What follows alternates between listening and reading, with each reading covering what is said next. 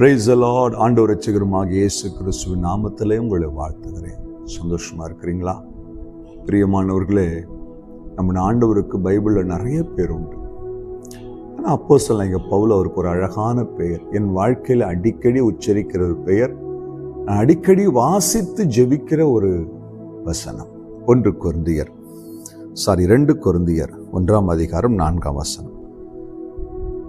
தேவனால் எங்களுக்கு அருளப்படுகிற ஆறுதலினாலே எந்த உபத்திரத்தினாவது அகப்பட்டவர்களுக்கு நாங்கள் ஆறுதல் செய்ய திராணி உள்ளவர்களாகும்படிக்கு, இதான் முக்கியமான வசனம், எங்களுக்கு வரும் சகல உபத்திரவங்களிலேயும் அவரே எங்களுக்கு ஆறுதல் செய்கிறவர். 3ஆம் வசனத்தில் வாசிக்கிறோம், ஆறுதலின் தேவன் என்று சொல்லி ஆண்டவருக்கு ஒரு பெயர். ஒருவேளை என் வாழ்க்கையில ஒரு ஆறுதல் இல்லாமல் இருக்கிறேனே, கணவரை இழந்து போய் நிற்கிறேனே, பிள்ளை இழந்து போய் நிற்கிறேனே, என் வாழ்க்கையில நான் எல்லாவற்றையும் இழந்து போய் நிற்கிறேனே, நான் சம்பாதித்ததை இழந்து நிற்கிறேனே, என் சமாதானத்தை இழந்து போய் நிற்கிறேனே, எனக்கு ஆறுதல் சொல்ல யாருமே இல்லையே. பவுல் சொல்லால், எங்களுக்கு வருகிற சகல உபத்திரவங்களிலும் எங்களுக்கு ஆறுதல் செய்கிறவர் அவர் ஒருவர் மாத்திரம். என் அன்பு தெய்வ பிள்ளை, அவருக்கு ஒரு பேர் பாருங்க, ரொம்ப அழகான பேரு, சகலவிதமான ஆறுதலின் தெய்வம். எப்படி இப்படி ஒரு பெயர் வைக்க முடியும்? சகலவிதமான ஆறுதலின் தேவன். எப்படிப்பட்ட சூழ்நிலையா இருந்தாலும் உங்களையும் என்னையும் ஆறுதல் படுத்தக்கூடிய ஒரு தகப்பன். நீங்க யாருக்கிட்ட போய் உங்க பிரச்சனையை சொல்லுங்களேன், உங்களுக்கான சொல்யூஷனோ ஒரு உண்மையான ஆறுதலை கிடைக்காது. தாவீது சொன்னார், நாசியில சுவாசம் உள்ள மனுஷன் நம்பாதீங்க.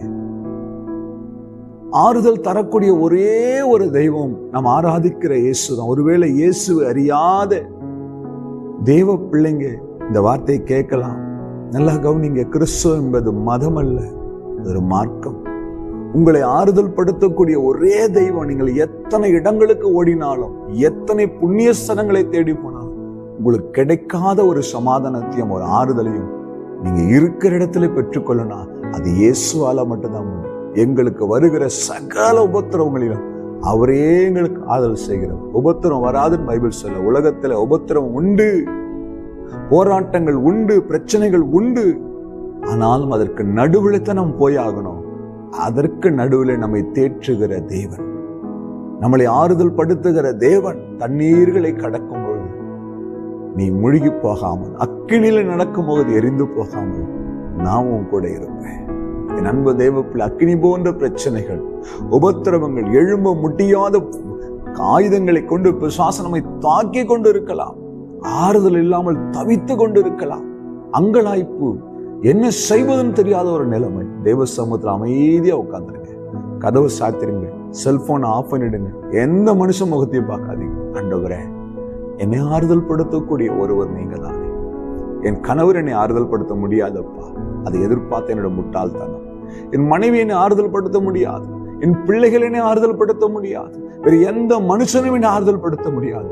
ஆனா சகலவிதமான ஆறுதலின் தேவன் எனக்கு வந்திருக்கிற இந்த உபத்திரவத்துல என்னை ஆறுதல் படுத்தி, என்னை தேற்றி, நான் முடங்கி போகாமல், விழுந்து போகாமல் என்னை ஓட செய்யுங்கப்பான்னு நீங்க அவர் முகத்தை நோக்கி பாருங்களேன். உங்களை ஆறுதல் படுத்துகிற தேவனா இருக்கிறார். எத்தனையோ நேரங்கள் அன்பு தெய்வ பிள்ளை, அழுவதற்கு கண்ணீர் இல்லாத நிலைமைகளை கடந்து வந்திருக்கிறோம். நாங்கள் பார்த்த இந்த பாதைகளை சொல்லி மாளாது. மற்றவர்களுக்கு அது புரியுமோ புரியாது தெரியவில்லை, புரிய வேண்டிய அவசியம் இல்லை. ஆனால் எத்தனையோ மனிதர்கள் எங்களை குத்தி கிழித்து காயப்படுத்தி இருக்கிறார்கள். அன்பை உதாசீனப்படுத்தி தரையில போட்டு மிதித்திருக்கிறார்கள். நாங்கள் காட்டின அந்த அன்பை ஏளனப்படுத்தியிருக்கிறார்கள், கேலி கூத்தாக்கி இருக்கிறார்கள்.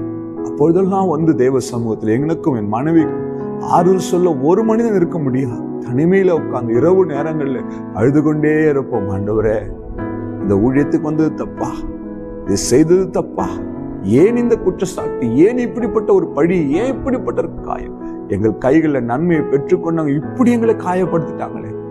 நம்ப மாட்டீங்க, ஆண்டவருடைய ஆறுதல் எத்தனையோ முறை எங்களை அப்படியே வளைந்து கொண்டிருக்கிறது. அந்த கவலைகள்லாம் மறக்க செய்திருக்கிறதே நாங்கள் உணர்ந்திருக்கிறோம். இன்றைக்கு அப்படியே எசப்பா உங்களுக்கு செய்யப்படும். அவர் ஆறுதலின் தேவன். உங்கள் உபத்திரவங்களில் ஆறுதல் தரப்போகிறார், உங்களை தைரியப்படுத்த போகிறார். சோர்ந்து போய் உட்காந்துராதீங்க, முடங்கி உட்காந்து எழும்பி ஓடுங்க. புது பலனை கர்த்தர் தருவார். ஜெபிக்கலாமா?